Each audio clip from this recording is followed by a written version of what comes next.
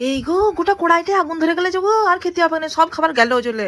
হ্যাঁ আর বলো না, বলি গোটা শীতকালটা পেরিয়ে গেল, একদিনও তো মোমো খেতে পেলাম নাই। হ্যাঁ একদিনও ওই মোমো খাওয়াই নাই। দিয়ে পরে আমার বেটারা বুদ্ধি খাটিয়ে একটি বিরাট জিনিস বার করেছে, বলছে তোমাদের teddy day, rose day, Valentine day, ফলানা ডে, ডিমকানা ডে যদি পেরিয়েছে তাহলে একটু খবর নিয়ে দেখো, আজকে হচ্ছে মোমো ডে, আজকে মোমো খেতে হয়। আমি বলি বোধহয় সত্যি বটে। দিয়ে আমি ও বাবাকে বললাম, বলি চলো একটু মোমোর দোকানে, আজকে বলছে মোমো ডে, মোমো খেতে হয় নাকি।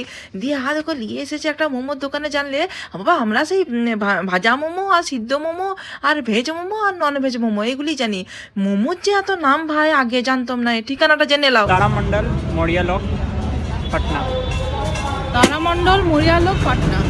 বলি তোমরা কে কে মোমো খেতে বিশাল ভালোবাসো? মোমো লাভার কারা কারা আছো একটু কমেন্ট করে জানাবে। বলি কত রকমের মোমো একবার দেখো, চিল্লি মোমো, ক্রিস্পি মোমো, আফগানি মোমো, আর তেমনি স্বাদ। ও বেছে বেছে একখানা দোকানে নিয়ে গেছিলো বটে। আমি আরও একবার যাব।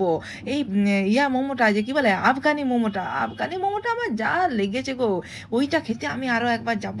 দারুণ স্বাদ বললে হবে নাই। আর এত রকমের যে মোমো হয় সেটাও তো ভাই জানতাম না আগে, এই জানলাম।